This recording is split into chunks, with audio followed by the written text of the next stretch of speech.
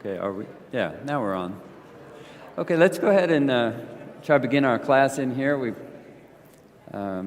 As I think most of you know, Bill and Beverly Watkins are in Europe, and so Bill asked me to fill in for him this morning. I've not been in this class this quarter, but I understand that the theme is a comparison of worship in the Old Testament and the New Testament. Bill did not give me any particular guidance on what he might want me to cover. So today we're going to deal with the question of sacrifices, which was obviously a major part of worship in the Old Testament. But it's also a significant concept for us as Christians. It may feel at times like this morning that like I'm getting a little bit off the subject of worship per se, but and that may be the case, but offering sacrifices is probably the most basic act of worship that we see throughout the Old Testament. From ancient times, sacrifices have been an almost universal expression of worship. We see in the Bible well before the time of Moses, men such as Abel, Noah, Job and his friends, Abraham, Jacob. We see all of them offering animals in sacrifice to God. Pagans or Gentiles offered them to their idols, even going so far as to offer human sacrifices, especially their children. God declared categorically that he did not want his people to offer him human sacrifice, but he did command a range of different sacrifices, primarily animal sacrifices, but also some non-animal ones like cereal, oil, wine, and so forth. In traditional African religion, sacrifices are still a very prominent feature. For Muslims, they have the yearly feast of Eid al-Adha or Tabaski, and that involves offering a goat or a ram to commemorate the sacrifice of Abraham's son, or him offering his son as a sacrifice to God. Sacrifices are also a part of Hindu worship, so it's pretty much a universal concept. The sacrifices of both Jews and Gentiles were made for a variety of reasons. Some sacrifices were made in order to gain God's favor for the worshiper. You know, in Numbers chapter 23, the prophet Balaam told King Balak, king of Moab, told him to offer 7 bulls and 7 rams on 7 altars. And if you remember the story, you know that Balak wanted to have a curse placed on the people of Israel. So these sacrifices were an attempt to persuade God to grant that request. So it was a way of asking God for something, offering these sacrifices. Other sacrifices were seen as meals during which fellowship between God and the worshiper was deepened. Let's look in 1 Corinthians chapter 10, verses 19 through 22. Paul is telling the Christians in Corinth that even if someone does not believe in an idol, it would be foolish for a Christian to eat of a sacrifice that had been offered to an idol because demons are actually hiding behind those objects of pagan worship. And the sacrifice is expressing communion with that God that they're worshiping, that false God. So in 1 Corinthians 10, verse 19, Paul says, "What do I mean then? That a thing sacrificed to idols is anything, or that an idol is anything? No, but I say that the things which the Gentiles sacrifice, they sacrifice to demons and not to God. I do not want you to become sharers in demons. You cannot drink the cup of the Lord and the cup of demons. You cannot partake of the table of the Lord and the table of demons. Or do we provoke the Lord to jealousy? We're not stronger than he, are we?" So you definitely see the idea here that the things that were sacrificed to the idols, they were placing the worshiper. It was an act of fellowship with that God and with those others who worshiped that God. Other sacrifices, of course, were to atone for sin and were presented to God as a substitute in the place of the sinner who deserved to die.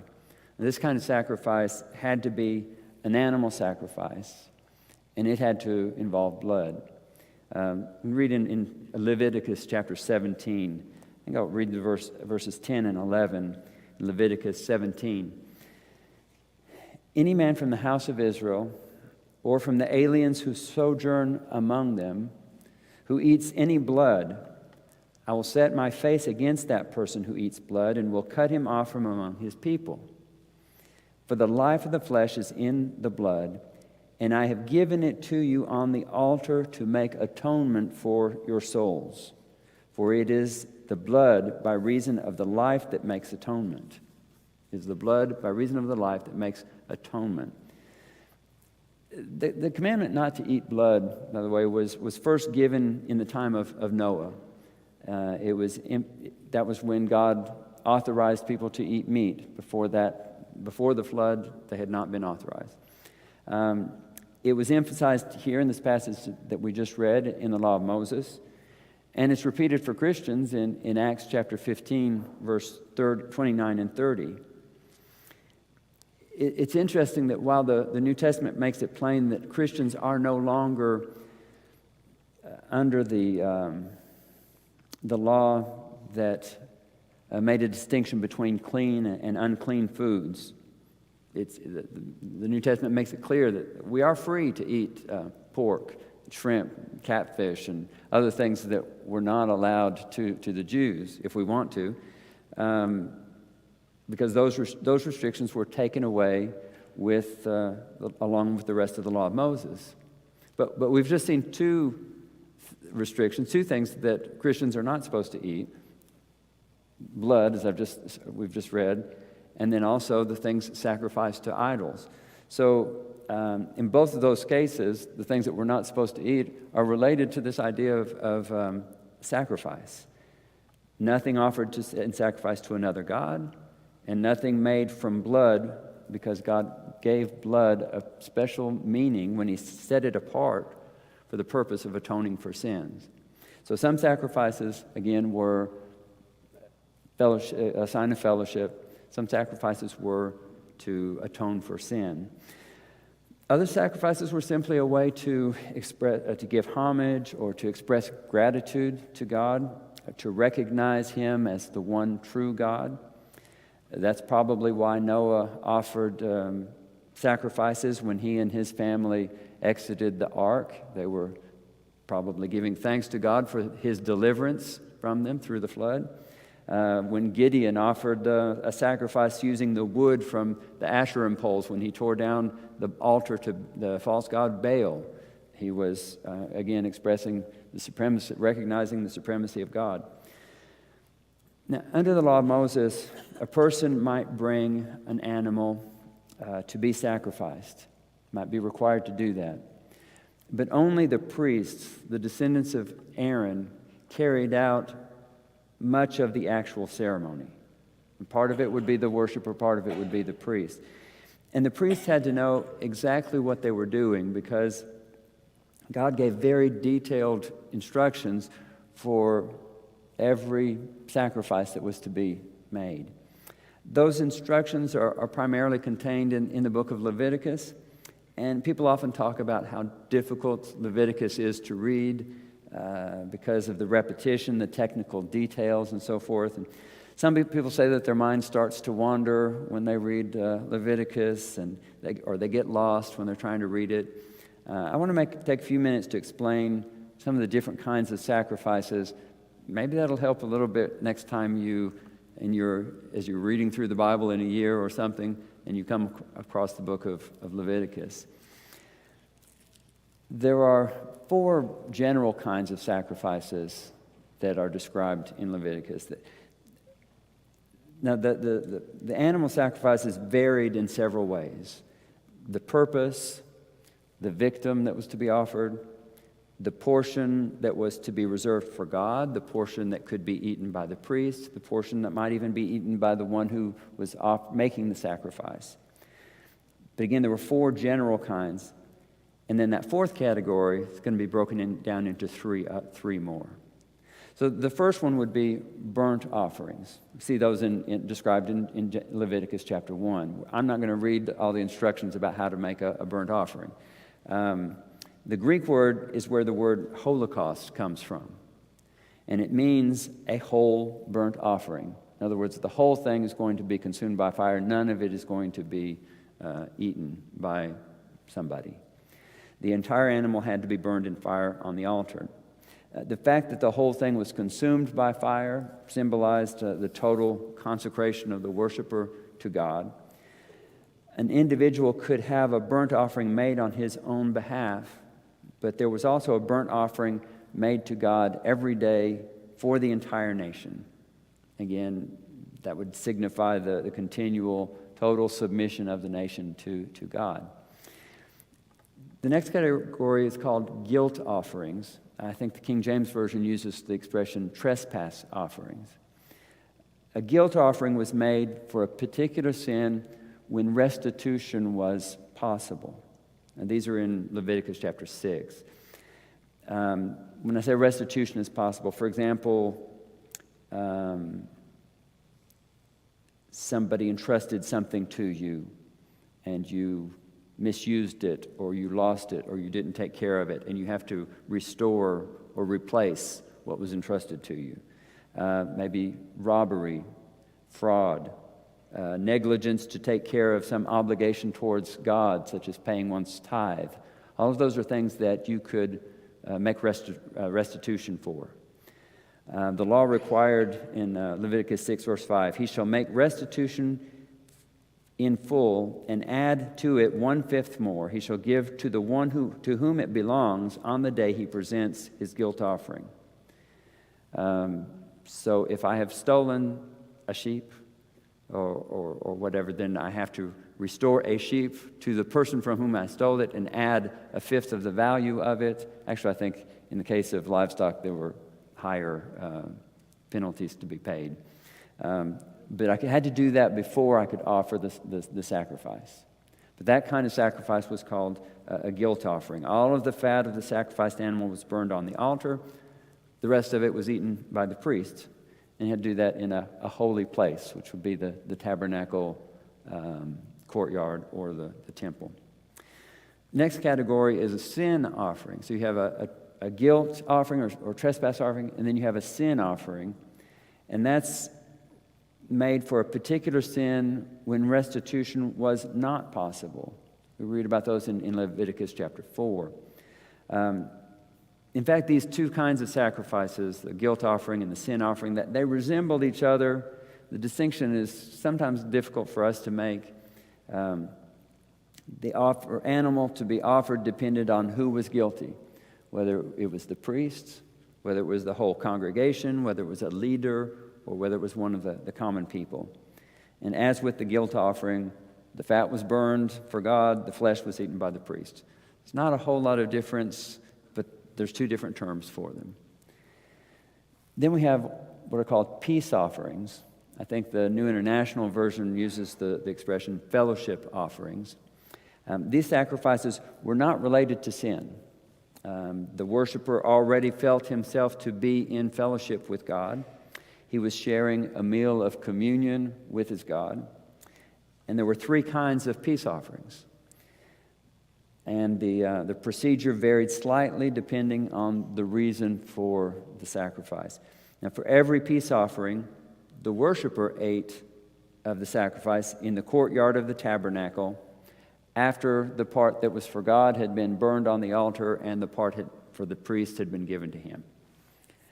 So the first category of peace offering was a sacrifice offered out of gratitude or thanksgiving for, let's say, an unexpected blessing or a deliverance that had already been granted. Again, the victim was to be eaten by the worshiper on the day in which the sacrifice was offered. Secondly, you have the sacrifice that's offered in fulfillment of a vow. That's also a peace offering. It was offered for a blessing or a deliverance that had already been granted when one had made a vow. So in other words, if I'm asking God to do something for me and I make a vow to him, I promise God, if you will do this, here's what I will do in return. Then when God grants the thing that I've asked for, I have to keep my promise. And so that's a peace offering, but it's in fulfillment of a vow. And then the third category of peace offering was the voluntary or free will offering. That's just offered to express gratitude and love to God in general, not in relation to a specific blessing that you've received. And this last category was the only one where you could actually offer an animal that had a defect as a sacrifice. Maybe a limb that was too long or that it was a little bit lame or something. You could offer that kind as just a general peace offering out of thankfulness. Okay, there were other sacrifices in addition to the ones where blood was involved. There were one could offer, for example, flour with oil and incense burned on the altar, cakes of flour cooked in the oven or in a pan, grain roasted in fire, drink offerings of wine. The priests also were presenting showbread on the golden table and incense on the golden altar. None of those were for sin, but just various other kinds of sacrifices. So why do we as Christians no longer offer animal sacrifices? It's not because we no longer live in agricultural settings and where most people keep farm animals. When I lived in Africa, we were in a city of 5 million people. I can guarantee you most of us did not have goats in the backyard or out on the balcony of our apartments.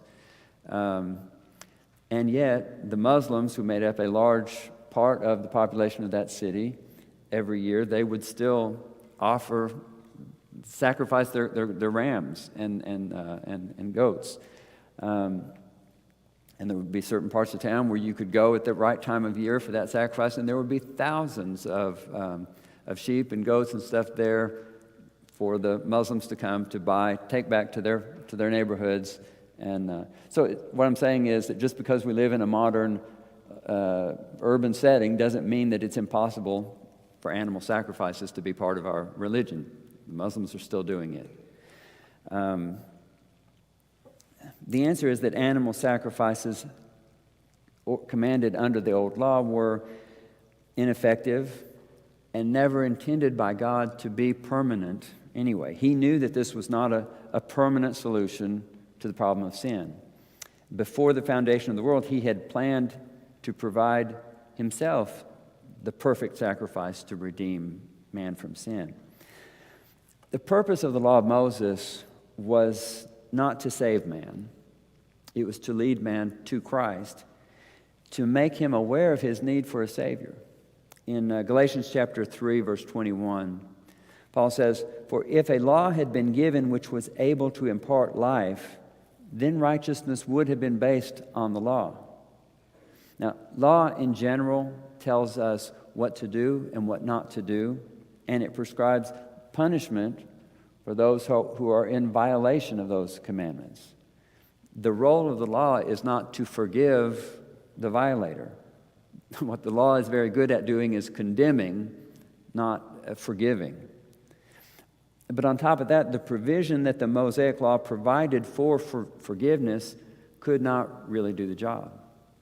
That's what the writer of Hebrews goes into at length. In Hebrews chapter 10, we'll read verses 1 through 4 if you're following. Hebrews 10, beginning in verse 1. "For the law, since it has only a shadow of the good things to come and not the very form of things, can never, by the same sacrifices which they offer continually year by year, make perfect those who draw near. Otherwise, would they not have ceased to be offered?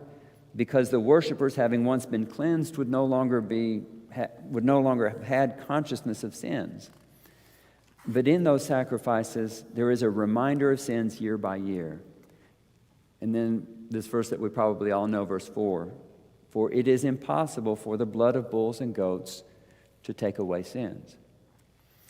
Since the life of an animal, even an animal without blemish, is not equal in value to the life of a human being, that animal's blood could never be sufficient to ransom a human sinner.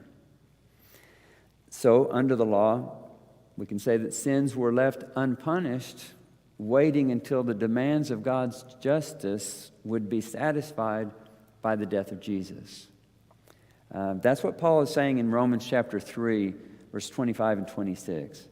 He says that we are justified as a gift by his grace through the redemption which is in Christ Jesus, whom God displayed publicly as a propitiation in his blood through faith. This was to demonstrate his righteousness, because in the forbearance of God, he passed over sins previously committed. For the demonstration, I say, of his righteousness at the present time, so that he would be just and the justifier of the one who has faith in Jesus. You may have heard that expression, a propitious occasion. It basically means a favorable occasion. A propitiation was a sacrifice that atoned for sin and made God favorable to the one who had been guilty of sin and had been deserving of his wrath. So Jesus was the propitiation. He was the sacrifice that restores us to God's favor. He is the propitiation. Christ, the perfect priest, offers himself as the perfect sacrifice. Having become a man, he could offer his own blood for sin, not the ineffective blood of a bull. But unlike other men who were sinners, Jesus was without sin, and so he corresponded to a sacrifice that was unblemished and spotless, an acceptable and perfect sacrifice. Now, this sacrifice that Jesus offered, it's not renewed every Sunday in the Mass, as Catholics believe. Communion is not, as they call it, a bloodless sacrifice. And the Lord's table is not an altar. That's, we refer to the Lord's table, if you go to a lot of denominational churches, they'll refer to the altar. And that's because their idea is that communion is actually a renewal of the sacrifice of Jesus on the cross. It's just that there's no blood involved in it. But Hebrews chapter 7, verse 26 and 27 reminds us of this. It was fitting for us to have such a high priest, holy, innocent, undefiled, separated from sins, and exalted above the heavens, who does not need daily, like those high priests, to offer up sacrifices, first for his own sins and then for the sins of the people, because he did this once for all when he offered up himself. So his sacrifice was done once for all. Hebrews 10, 8 through 10 says the same thing. After saying above, sacrifices and offerings and whole burnt offerings and sacrifices for sin you have not desired, nor have you taken pleasure in them, which are offered according to the law. Then he said, behold, I have come to do your will. He takes away the first in order to establish the second. By this will we have been sanctified through the offering of the body of Jesus Christ once for all. So we no longer have a need for animal sacrifices. As Hebrews 9 and 10 says, they were fleshly ordinances imposed until a time of Reformation. They couldn't take away sin while they existed. So why did God give them? Why did God command them? Well, they did remind men of the high cost of sin. Those animals that had to be sacrificed represented a great deal of value. And even apart from the monetary value, the blood shed was a constant reminder that a life deserved to be taken because of what a sinner had done. Either the guilty party would die, or an innocent life had to be given in its place. Sin has to be paid for. It has to be punished in order for it to be removed. Many sacrifices were, as we've seen, for the purpose of seeking God's forgiveness for sins. Those sacrifices had to be in conformity with the requirements of God. A goat for this sacrifice, a bull for this other sacrifice, etc. A male animal for this sacrifice, a female for this other sacrifice, an animal without blemish, of a specific age, offered according to the prescribed procedures at the appointed time, by the person designated by the law. In Jesus, we have the perfect sacrifice who fills the requirements of God on all the points. Now, even though we no longer slaughter animals and offer them on altars to God as burnt sacrifices, the New Testament does refer to sacrifices that we are to offer, not for our sins, but to honor God and to show our love and our gratitude to Him. Romans chapter 12 is a very familiar passage, verses 1 and 2. It reminds us that those sacrifices can be in the forms of the lives that we live for Him. Romans 12, Paul says, "Therefore I urge you, brethren, by the mercies of God, to present your bodies a living and holy sacrifice, acceptable to God, which is your spiritual service of worship. Do not be conformed to the world, but be transformed by the renewing of your mind, so that you may prove what the will of God is, that which is good and acceptable and perfect."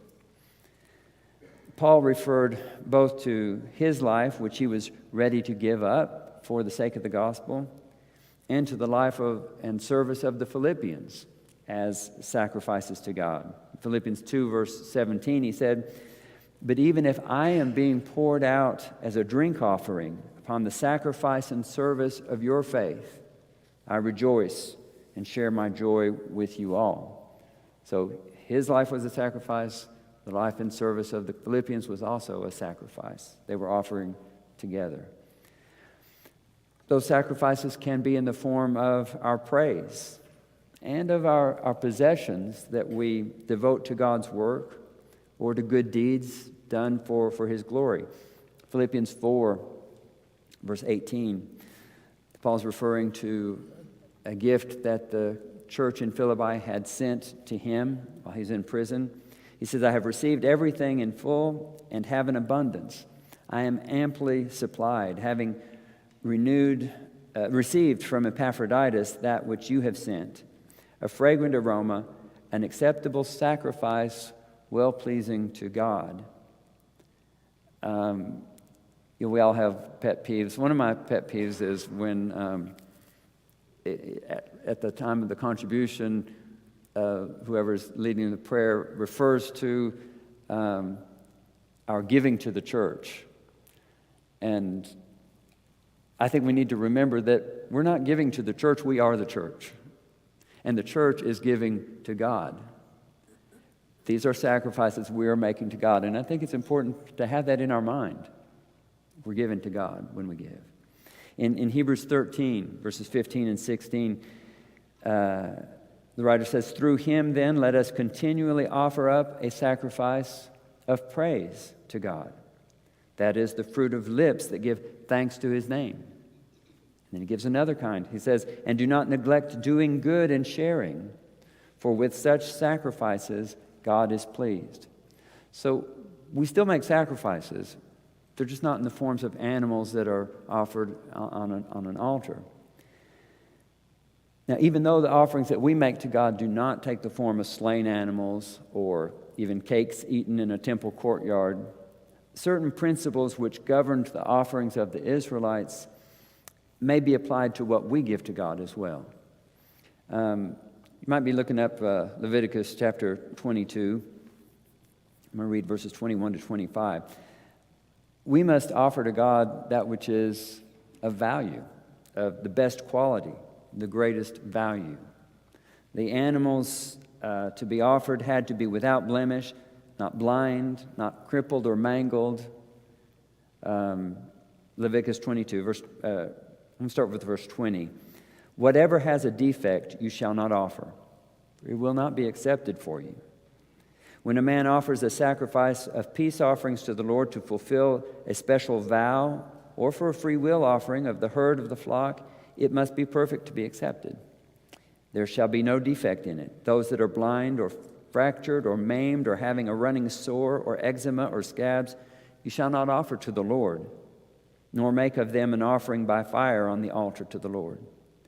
In respect to an ox or a lamb which has an overgrown or stunted member, you may not present it for a free will offering, but for a vow it will not. You may present it for a free will offering, but for a vow it will not be accepted. Also, anything with its testicles bruised or crushed or torn or cut you shall not offer to the Lord or sacrifice in your land, nor shall you accept any such from the hand of a foreigner for offering as the food of your God. For their corruption is in them, they have a defect, they shall not be accepted for you. To do otherwise would have been to disrespect God, to deny His greatness and His dignity. We see that in Malachi chapter 1, where God, through the prophet, is rebuking the people because of the fact that they were offering these kind of animals as sacrifices. When we give to God, we must not offer what we ourselves do not consider to be of value. I remember one of our preachers in Africa who would sometimes scold the congregation for giving. He, as he would say, the amount that you're giving, if it were laying around on the coffee table at home and one of the children took it, you wouldn't even bother to get onto the child because it's such a small amount, it doesn't matter. And that's the kind of things that you're giving in the contribution. We have Christians whom God has blessed materially, who regularly offer $1 bills when they can, but if they change their priorities, they could give much more. So we should give to God in a way that will honor Him rather than offend Him. That's what we see in Malachi, is we can give to God, but what we give can be so little in comparison to what we have the ability to give that it's more of an insult than an honor to Him. We also have to give to God what has been acquired honorably. Stolen money could not be offered as a sacrifice. The price of blood, we see with the case of Judas, where he had betrayed Jesus and then threw the money back, and the priest said, "No, we can't put this in the treasury because it's the price of blood." The wages of a prostitute. If you sold a dog, you couldn't take the money from that sale and give it to God. They didn't feel about dogs the way a lot of people today feel about dogs, so I don't know if God would have applied that rule to people today. We might add that the gift should represent a sacrifice on the part of the one who offers it. As David said, "I will not offer to the Lord my God burnt offerings that cost me nothing." I need to feel the pinch. I need to give until it hurts, and then they sometimes say, and then give until it stops hurting. But it needs to be an actual sacrifice. That's also why God rebuked the priest in Malachi 1 when He said, "You're bringing the right sacrifice, but it's a contaminated sacrifice. It's diseased or it's crippled. Right. And I want the best you've got." Exactly. So again, if you couldn't hear, he's pointing out what God said in Malachi chapter 1, that they were bringing the animals to sacrifice, but they were not the right ones because they were diseased. They were not the best that they had, and God would not accept that. Let me say something else about our giving. Sometimes we may be motivated in our giving primarily by what we feel is accomplished with what we give. And, if the money is not used well, understandably, that discourages us. Paul encouraged the Corinthians by reminding them of the good that would be accomplished by their gifts. In 1 Corinthians 9, verse, I think that's 2 Corinthians 9, verse 12. He said, "This service that you perform is not only supplying the needs of God, the Lord's people, but is also overflowing in many expressions of thanks to God." So the money that he was writing to them, that they were contributing, is satisfying needs of your brothers and sisters in Christ. And that's a good thing. And on top of that, people are glorifying God because of the good that's being done with this. So, that's natural. We want things done with the money that we give that will help save souls, or at least give them the opportunity to be saved, because what we give is enabling the gospel to be preached to more people. We want the money that we give to glorify God because it's being used maybe to relieve suffering in His name. Sometimes I've known Christians that were just tired of never-ending building projects of their congregations, and they would say, we want to give for something other than brick and mortar. We definitely do not want our contributions to be used to further false doctrine. 2 John verses 10 and 11 talk about not helping those who are not abiding in the doctrine of Christ. So there's a question of stewardship. That's true in our giving. But we also need to not just look at things from a utilitarian perspective. We need to remind ourselves that there is already a value in our gifts as an expression of love to God. Christ being anointed by perfume before he was arrested. Some of the apostles were saying, oh, that was a waste of money. And Jesus says, no, it wasn't. It was a beautiful thing. It was a beautiful act. Our giving to God, regardless of how it gets used afterwards, if we're giving with the right attitude and the right spirit, it still has value.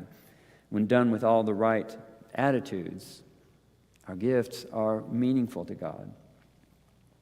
Now, coming back to the Old Testament sacrifices for sins, there are two principles that I am pretty sure apply to the sacrifice of Christ for our sins as well. First, the provision for sacrifice for sin was never intended to cover deliberate sins. Leviticus chapter 5, verses 17 through 19. It says, now, if a person sins and does any of the things which the Lord has commanded not to be done, though he was unaware, still he is guilty and shall bear his punishment. He is then to bring to the priest a ram without defect from the flock, according to your valuation, for a guilt offering. So the priest shall make atonement for him concerning his error in which he sinned unintentionally and did not know it, and it will be forgiven him. It is a guilt offering. He was certainly guilty before the Lord.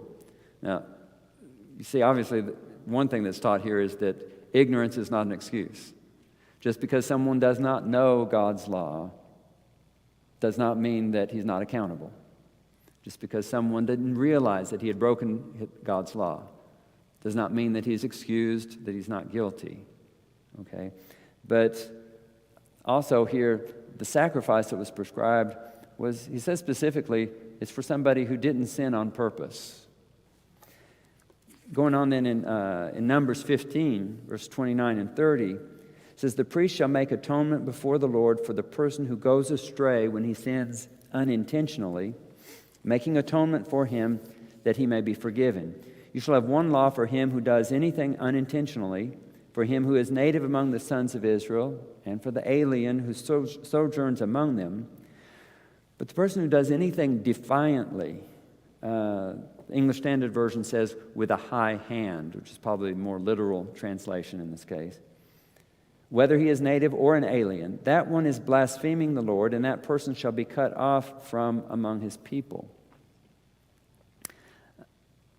This is kind of scary because maybe not all of the sins that we've committed since we were baptized have been either unconsciously or out of ignorance. I'm not going to say that those sins that we've committed that were not out of ignorance or not committed unconsciously cannot be forgiven. But we cannot consciously and voluntarily commit sin and then they couldn't count on making a sacrifice afterwards to ask forgiveness, and we shouldn't count on the sacrifice of Christ when we're doing it consciously, deliberately, rebelliously. We cannot fool God. Sacrifices under the old law were not a license to sin, and the sacrifice of Jesus should not be thought of that way either. Hebrews chapter 10, verse 26 to 31 says, for if we go on sinning willfully after receiving the knowledge of the truth, there no longer remains a sacrifice for sins, but a terrifying expectation of judgment and the fury of a fire which will consume the adversaries. Anyone who has set aside the law of Moses dies without mercy on the testimony of 2 or 3 witnesses. How much severer punishment do you think he will deserve who has trampled underfoot the Son of God and has regarded as unclean the blood of the covenant by which he was sanctified and has insulted the Spirit of grace? For we know him who said, 'Vengeance is mine, I will repay,' and again the Lord will judge his people."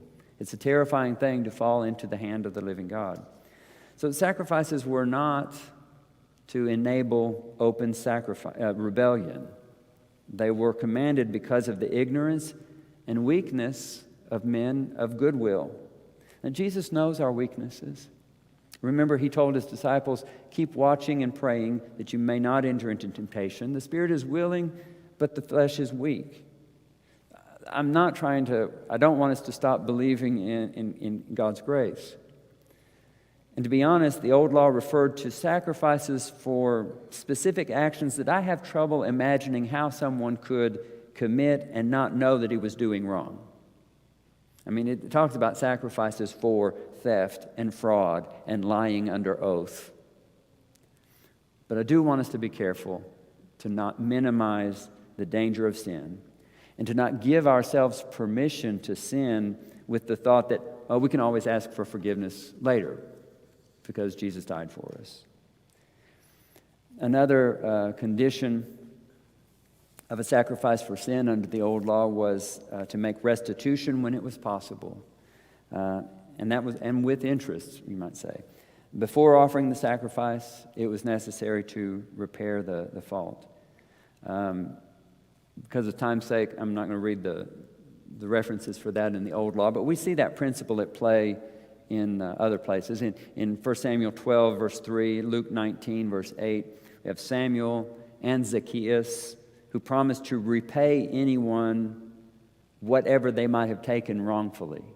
Okay, restitution is a normal principle. The law gives several examples of faults to be repaired, such as not paying what was owed to the Lord. I appreciate people who are conscientious in their giving, that maybe they missed services because they were sick or unable to attend for some reason this week, and next week they make it up and they give the double. Not in a legalistic sense, perhaps, just because that's what they wanted to do with the money anyway. They wanted to give to God. But under the old law, it was a tax. It was an obligation to pay the tithe, for example, and it was a sin not to have given the tithe. Fulfillment of a vow, annual half shekel was paid to the tabernacle. When a person asked for forgiveness, he asked to no longer be looked upon as guilty. And while some earthly consequences of his actions might remain, he was asking to be restored to God's favor. He did not ask to be allowed to continue to enjoy the fruits of his wickedness. So we can forgive a thief while also expecting him to return what he stole. When we have sinned, we have in Jesus a sacrifice that is completely sufficient to take away our guilt. We must, however, do everything in our power to repair the harm that we've done, even as we ask for forgiveness. Just like the regulations concerning the priesthood and the tabernacle, which I don't think you've looked at yet in this class, the Old Testament sacrifices should have reminded men of the seriousness of sin, the sins that separated them from God. The sacrifices should have helped them not to treat their sins lightly. They were to be conscious of the fact that they did not have access to God and that sin needed a definitive remedy. These sacrifices prefigured the sacrifice of Jesus, the one who truly gives us access to the most holy God. And his sacrifice, which was far greater than the sacrifice of 10,000 bulls and goats, should teach us the same things even more forcefully and make us grateful every day of our lives for God's grace. And we can express that love and that gratitude through the kinds of offerings that we are called on to make, through our giving, through our praises, and through the lives that we lead every day. Thank you all. Have a good Lord's Day and a good rest of the week. Thank you.